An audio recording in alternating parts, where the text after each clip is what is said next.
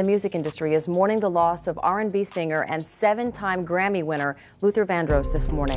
Are you in a good place now in your life? Right now, no, not particularly.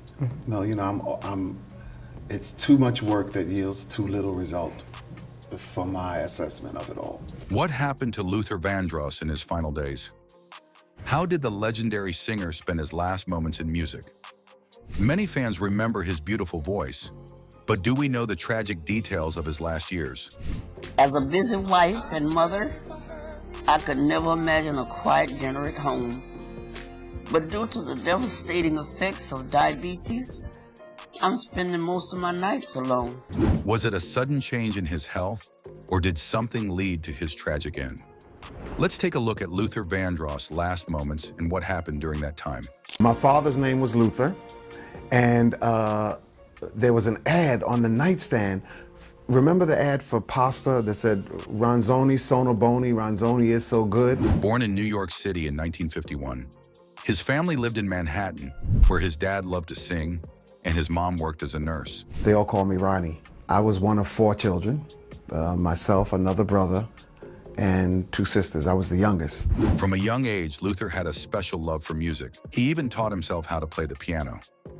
Music was in his blood, and he felt very close to his dad, who always encouraged him. Unfortunately, when Luther was just 8 years old, his dad passed away from diabetes. This was a hard time for Luther, and he missed his dad a lot. Later in his life, Luther wrote the song, Dance with My Father, a beautiful tribute to his dad and the fun memories they shared. This song became one of his most famous, touching the hearts of many people. Love, love, love, to dance with my father again. When Luther was 9, his family moved to the Bronx. He had 2 sisters, Pat and Ann, who were also big music lovers. They took Luther to concerts to see great singers like Dionne Warwick and Aretha Franklin. These concerts inspired Luther and made him dream of becoming a singer himself. After high school, he performed with a group called Shades of Jade. He even got to sing at the famous Apollo Theater in Harlem.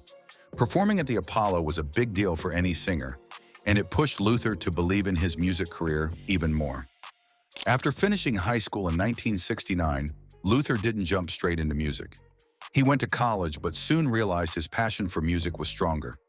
He left college and decided to follow his dream of becoming a singer. In his early years, Luther performed at Apollo's amateur nights, where new singers could show their talent. He also joined a theater workshop called Listen My Brother, which helped him get experience and even perform at the Harlem Cultural Festival. Luther even appeared on the kids' show Sesame Street, which gave him a lot of stage experience. When Vandross was just starting out in music, he sang backup for famous artists like Roberta Flack and Donny Hathaway. He also worked with Dolores Hall on her album, showing off his powerful voice in songs like Who's Gonna Make It Easier for Me? Even though he wasn't the main singer, people could already hear how talented he was. Hey now, yeah, it's for the best. Luther didn't stop there. He joined a group called Luther in the 1970s. The group made some good music, but their albums didn't sell well, and they didn't become famous. Still, Luther kept working hard, doing voice work for commercials and singing backup for big stars like David Bowie and Chaka Khan.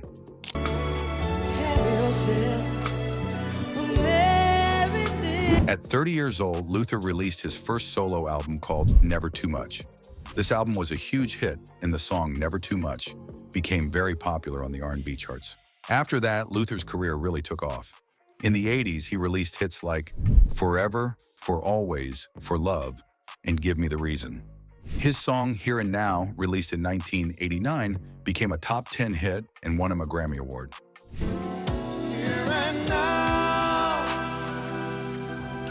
Aside from his musical success, Vandross also went through a heartbreaking accident that changed his life forever.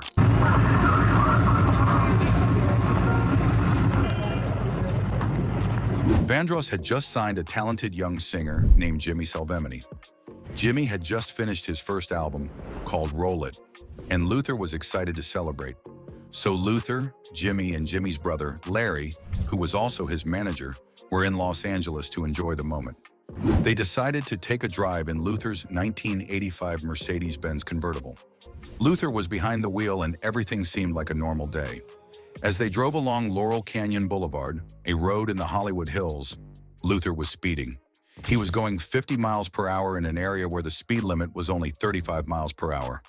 Then in a split second, disaster struck. Luther's car crossed over the double yellow line, which meant it was now driving into the lane where cars were coming from the opposite direction. Before anyone could react, Luther's car crashed head-on into another car, a 1972 Mercury Marquis. The crash was so hard that it caused Luther's car to spin and hit a third car, a 1979 Cadillac Seville. The accident was horrible. All three people in Luther's car were hurt and rushed to the hospital. Sadly, Larry, who was sitting in the front seat, died from the crash. Luther was seriously injured. He broke 3 ribs and a hip, and he had cuts and bruises on his face. Jimmy, who was sitting in the back, was also hurt but survived.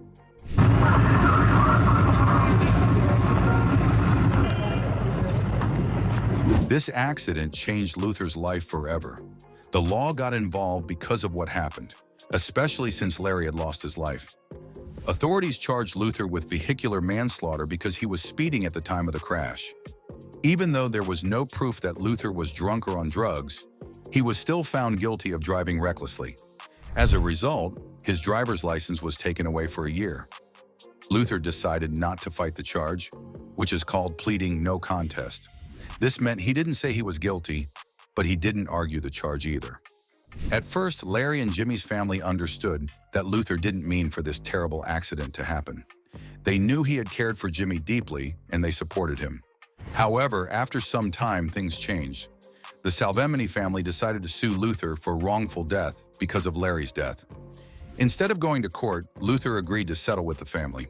He paid them around $630,000 to resolve the issue. Later that year, Jimmy's album Roll It was released, but it wasn't a happy time. While the album was exciting, the joy was clouded by the loss of Larry. It was a bittersweet moment for Jimmy and for Luther, who couldn't shake the feeling of guilt and regret over what had happened. For Luther, this accident would always be a painful memory, changing his life in ways he could never forget. Depends on when you ask me whether or not it's a good place. Are you happy? It depends. It also depends on when you ask. Asking right now? No, not particularly. Life changed in a big way for Luther Vandross when he had a terrible stroke at home. This stroke was so bad that it put him in a coma for almost 2 months. During that time, he couldn't talk or move and had to use a wheelchair later. It was a tough road, but Luther showed incredible strength and fought to get better. The love and support of his mother, Mary Vandross, played a big role in his recovery. Mary was always there for Luther. She believed in him even when things looked really bad. When Luther had his stroke, he had just released one of his most personal albums. While he was in the hospital, Mary kept his fans updated about his health. She shared small signs of hope, like when Luther tried to talk or turned his head toward her voice. These little moments showed that Luther was trying hard to come back to life. Mary remembered the day Luther had his stroke. It was April 16th, 2003, and his housekeeper found him in his Manhattan apartment. The first thing Luther did was say, "Get my mama. Call my mama." This showed how much he loved and depended on his mother. But Luther's story isn't just about his fight to recover. It's also about the pain his family went through. Luther was the youngest of his siblings and the only one still alive before his stroke. The Vandross family had already faced many losses. Luther's father died when he was only 7 years old. His brother and sisters also passed away because of health problems like diabetes and asthma. Losing so many loved ones brought a lot of sadness to Mary Vandross. I'm spending most of my nights alone.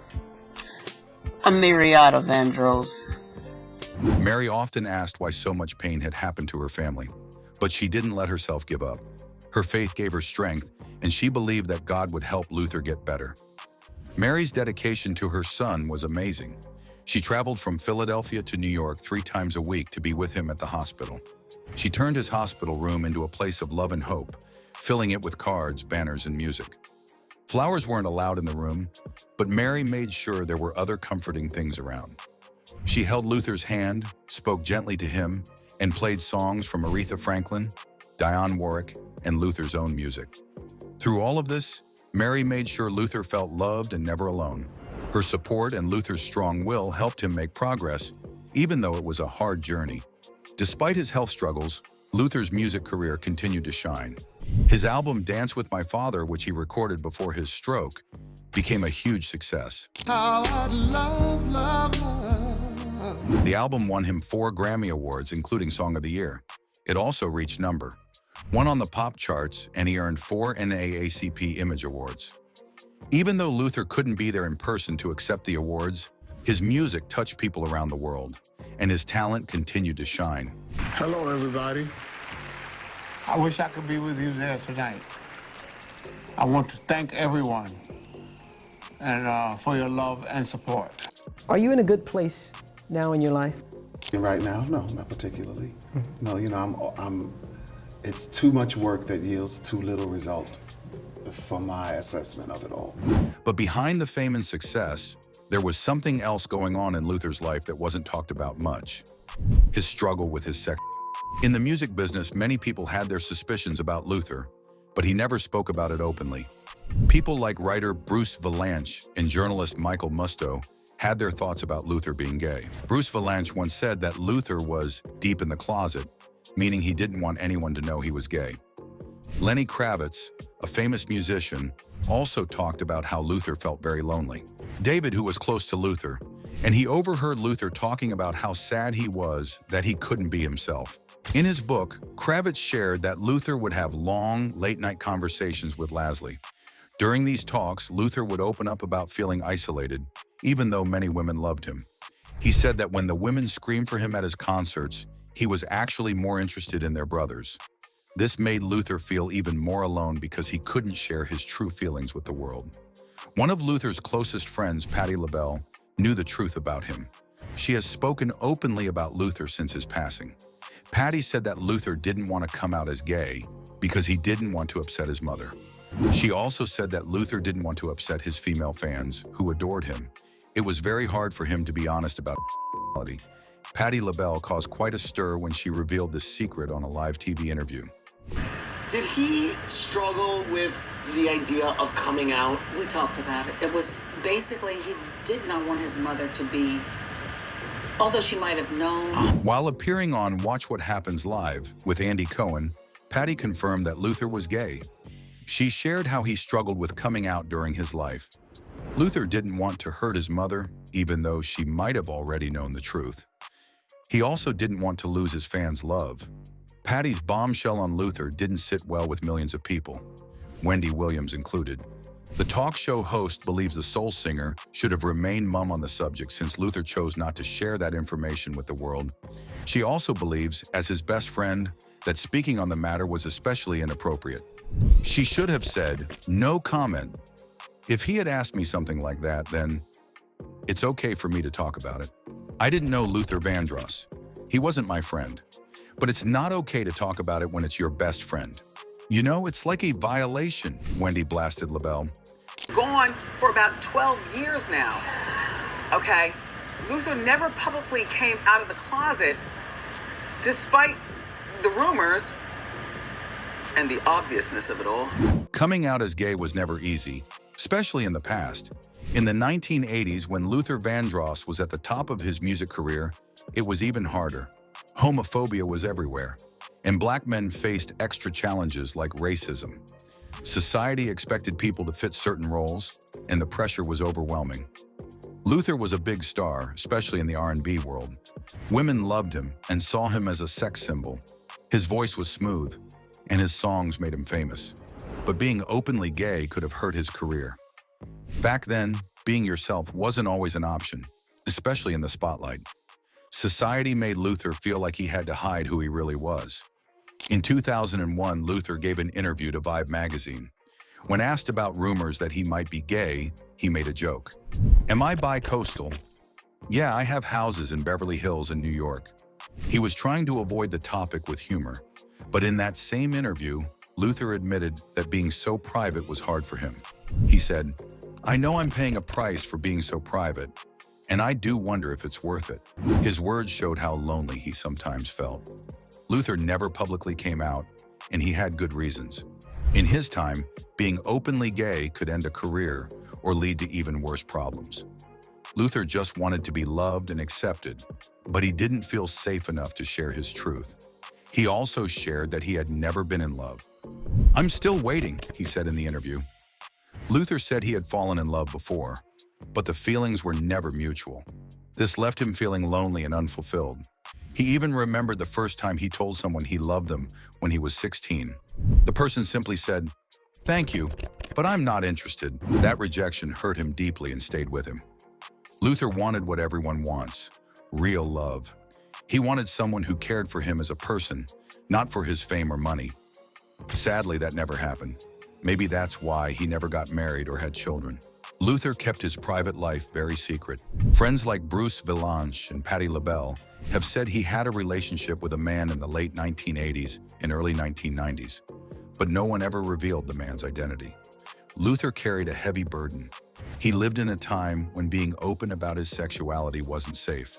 It's heartbreaking that such a talented man couldn't fully live his truth.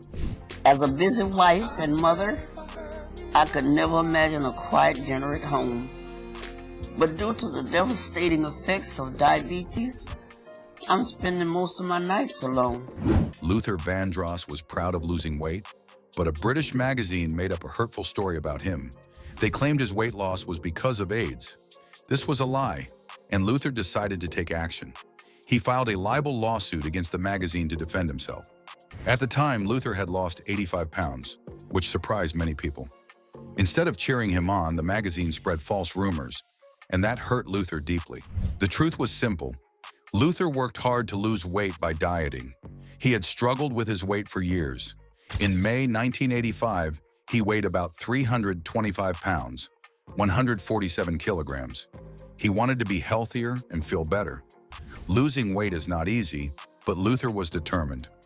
Many people understood how hard it is to lose weight, but instead of being celebrated, Luther was attacked with lies. And I said, "Are you sick?"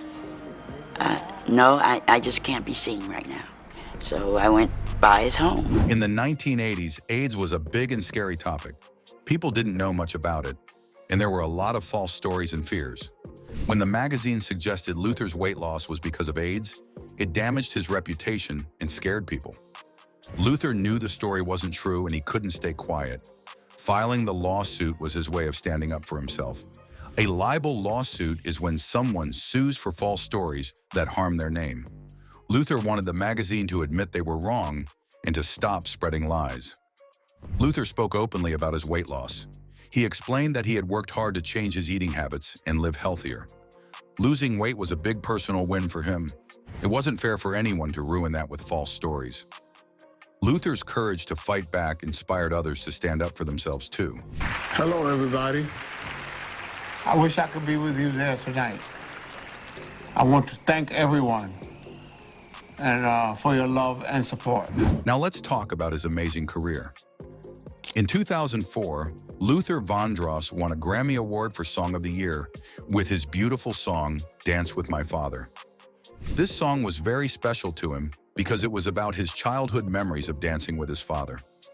The song touched people everywhere, making many cry and think about their own families. He was smooth, like cappuccino on a cold winter's night. Sadly, Luther couldn't go to the Grammy Awards to accept the honor. Instead, he sent a video message. In the video, he said, "When I say goodbye, it's never for long, because I believe in the power of love." Then he sang those last 6 words softly. It was a moment everyone watching would remember.